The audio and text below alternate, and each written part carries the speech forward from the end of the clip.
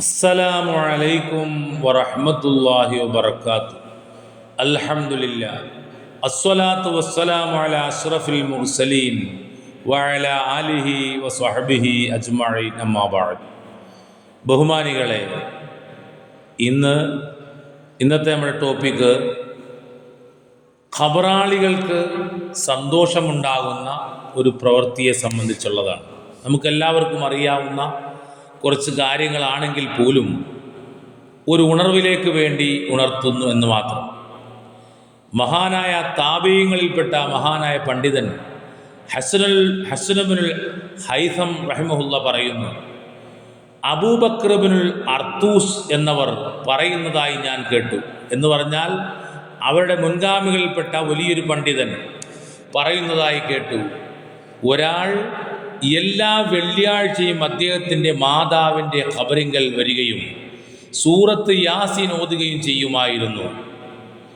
ഒരു ദിവസം പതിവ് പോലെ യാസീൻ ഓതിയ ശേഷം അദ്ദേഹം ഇപ്രകാരം ദുആ ചെയ്തു: അല്ലാഹുവേ, ഈ സൂറത്തിൻ്റെ പ്രതിഫലം ഈ ഖബർസ്ഥാനിലെ മുഴുവൻ ആളുകൾക്കും നീ നൽകണമേ.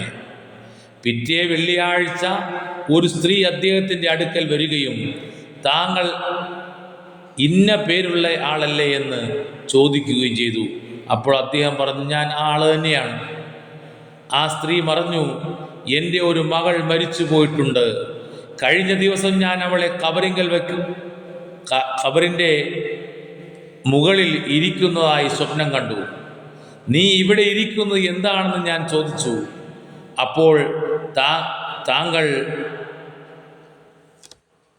താങ്കളുടെ പേരെൻ്റെ മകൾ പറയുകയും താങ്കൾ ഉമ്മയെ സിയാറത്ത് ചെയ്യാൻ വരുമ്പോൾ യാസീൻ ഓതി അതിൻ്റെ പ്രതിഫലം ഈ മഖ്ബറയിലുള്ളവർക്ക് ഹദിയ ചെയ്തതിൻ്റെ ഫലമായി അതിൻ്റെ ഫലവും ആശ്വാസവും ഖബർസ്ഥാനിലുള്ളവരോടൊപ്പം അവൾക്കും ലഭിച്ചു എന്നവൾ പറയുകയുണ്ടായി. മഹാനായ സുഫിയാൻ ഇബ്നു ഉയൈൻ റളിയല്ലാഹു അൻഹു തങ്ങളുടെ മാതൃ സഹോദരപുത്രൻ പറയുന്നു, എൻ്റെ പിതാവ് മരിച്ച ശേഷം എല്ലാ ദിവസവും ഞാൻ ഖബറിങ്കൽ ചെല്ലുമായിരുന്നു. പിന്നെ കുറച്ചുനാൾ സിയാറത്തിന് പോകുവാൻ എനിക്ക് കഴിഞ്ഞില്ല.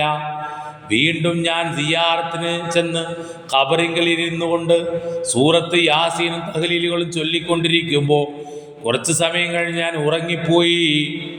അപ്പോൾ എൻ്റെ പിതാവിൻ്റെ ഖബർ പിളർന്ന് അതിൽ അദ്ദേഹം നിൽക്കുന്നതായി ഞാൻ സ്വപ്നം കണ്ടു. അത് കണ്ടപ്പോൾ എനിക്ക് കരച്ചിൽ വന്നു. അദ്ദേഹം ചോദിച്ചു, എൻ്റെ പൊന്നു മകനെ, എന്നെയും വിട്ട് നീ താമസിക്കാൻ കാരണം എന്താണ്? ഇത്രയും ദിവസം എന്നെ സിയാറത്ത് ചെയ്യാൻ നീ വരാതിരുന്നത് എന്താണ്? ഞാൻ വരാറുള്ളത് താങ്കൾ അറിയുമായിരുന്നോ എന്ന് ഞാൻ ചോദിച്ചു. അദ്ദേഹം പറഞ്ഞു, നീ വന്നപ്പോഴെല്ലാം ഞാൻ അറിയുകയും ഞാനും എൻ്റെ ചുറ്റുഭാഗത്തുള്ളവരുമെല്ലാം സന്തോഷിക്കുകയും നിന്റെ ദുആ കൊണ്ട് ആനന്ദിക്കുകയും ചെയ്യാറുണ്ടായിരുന്നു. അതിനുശേഷം കൂടുതലായി ഞാൻ ഖബറിങ്കൽ ചെല്ലുമായിരുന്നു എന്ന് മഹാന്റെ റൂഹ് എന്ന കിതാബിൽ അവർ എഴുതി വെച്ചതായി കാണാം. ഖാല സല്ലല്ലാഹു അലൈഹി വസല്ലം, നബി സല്ലല്ലാഹു അലൈഹി വസല്ലം പറഞ്ഞു, മാ മിൻ റജുലിൻ യസൂറു ഖബ്റ അഖീഹി ഫയജ്ലിസു ഇൻദഹു ഇല്ലാ ഇസ്തഗ്നസ ബിഹി ഹത്താ യഖൂം. നബി സല്ലല്ലാഹു അലൈഹി വസല്ലം പറഞ്ഞു, ഏതൊരാൾ തൻ്റെ സഹോദരൻ്റെ ഖബർ സന്ദർശിക്കുകയും അവൻ്റെ അടുക്കൽ ഇരിക്കുകയും ചെയ്യുന്നുവോ അവൻ എഴുന്നേറ്റ് പോകുന്നത് വരെ ഖബറിലുള്ളവൻ മുശിപ്പ് നീങ്ങി നേരം പോക്കാക്കുന്നതാണ്.